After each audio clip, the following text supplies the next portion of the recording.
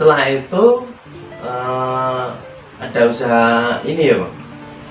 Nah, usaha ini tak mulai aku rintis itu 2013 bulan November, pas mau ulang tahunnya Slang. Oh berarti ini udah berjalan 7 sampai 8 tahun ya? Kurang lebih itu ngerintis juga di sana. Terus 2016 itu saya disuruh pulang sama klien berbagi pengalaman. 2016 itu umur saya itu kalau nggak salah 29, 20 berapa ya? 27-an apa 29 gitu Bang ya? Wis mateng itu Bang. Nah, umur matang ya. Umur wis mateng. Pokoknya 2016 puasa. Umur segitu saya bener-bener ngerasain yang namanya puasa beneran itu ya di sana Bang.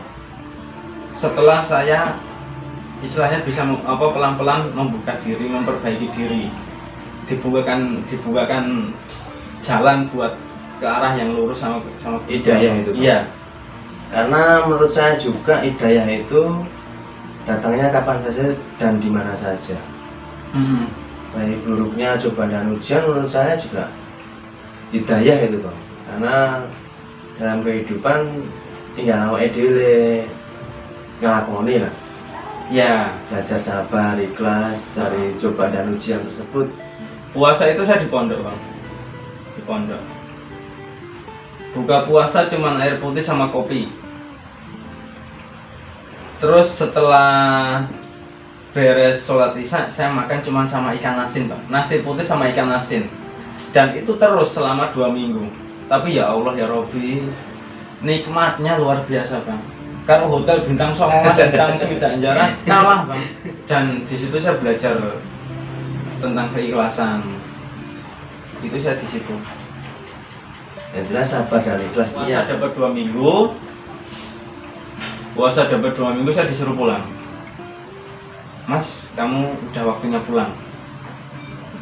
Udah waktunya pulang. Sudah waktunya kamu bekti karo wong tua. 2016 saya pulang. Ya alhamdulillah Bang. Saya bisa istilahnya menggantikan tulang punggung bapak saya. Almarhumah ibu saya kebutuhan rumah itu saya yang nanggung semuanya. Ya walaupun bapak kerja di sawah, tapi hasilnya buat beliau sendiri. Setelah itu kan ibu saya kan sakit, sering kontrol, dan itu dibilang nyesel saya iya Bang. Dibilang nyesel saya iya. Kenapa saya nyesel Bang? Karena saya belum puas bekti karo wong tua Bang. Membalas jasa, walaupun nggak bisa Bang kita ngebalas jasa orang tua, terutama seorang ibu nggak bisa Bang, nggak bisa dibalas jasanya. Sampai kapan? Sampai umur 100 tahun toh kita belum bisa ngebalas jasanya seorang ibu itu. Makanya muliakan ibu kita. Kalau ibu kita sudah nggak ada, kalau kita sudah berkeluarga, muliakan mertua kita, terutama ibu itu. Karena ibu baru bapak. Iya. Nah, tapi bapak juga jangan dilupakan. Saya udah berkeluarga, saya nggak ada istilah yang namanya kayak mertuaku, nggak ada. Itu ibuku. Iya. Sama-sama yang melahirkan, sama-sama ngerawat, ngedidik anaknya. Itu. Nah, 2019 ibu saya kan udah nggak ada. 2019 nggak ada. Ya Allah juga sayang karo ibu kula. Dan ibu nggak ngerasa sakit lagi. Dan akhirnya nggak ada di pantai karo Gusti Allah. Tinggal saya sama bapak, dan alhamdulillah udah ada istri sama anak. Itu intinya ya, yang namanya perempuan Bang, yang namanya perempuan, entah itu dari keluarga kita, entah itu orang lain, jangan pernah nyakiti. Walaupun di zaman milenial, zaman di teknologi yang sekarang berkembang pesat sekarang ini, ya namanya karma Bang, itu ada. Iya. Nah, itu ada.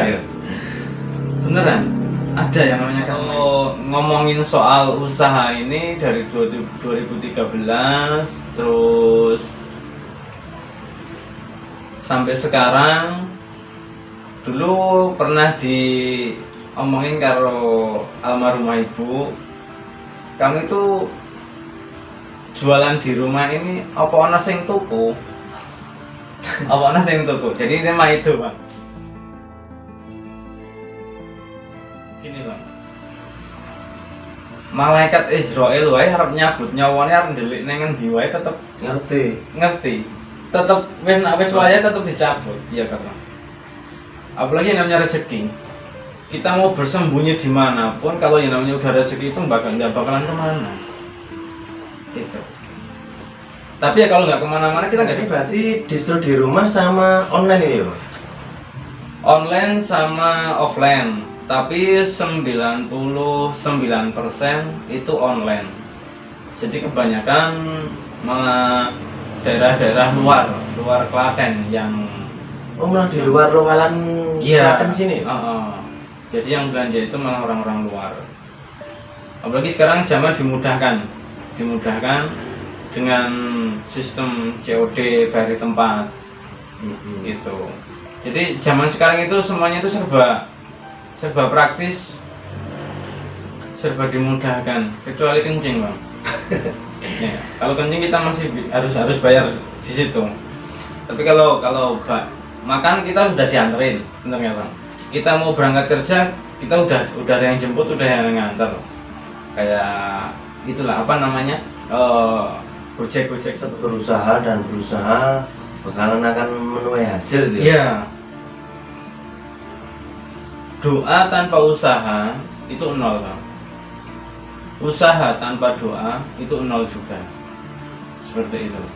Harus beriringan gitu. Ya, jadi harus seimbang. Seperti itu.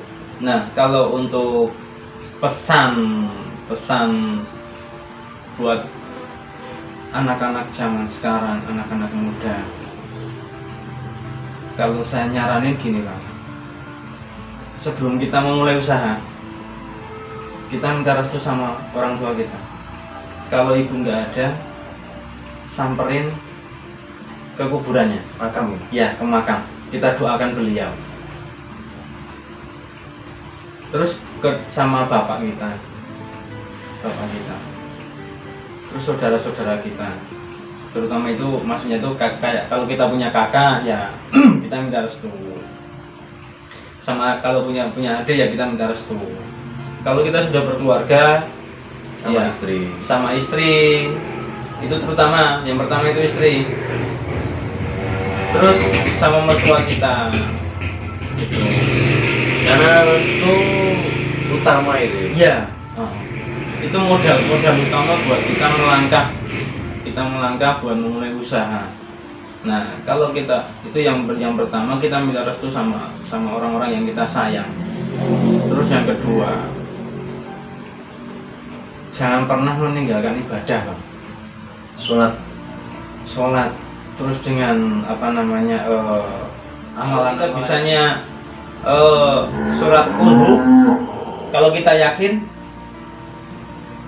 ya insya Allah dikabul karo Gusti Allah. Gitu. Nah, ibadah. Terus yang ketiga, lelah berbuat baik. Jangan pernah lelah.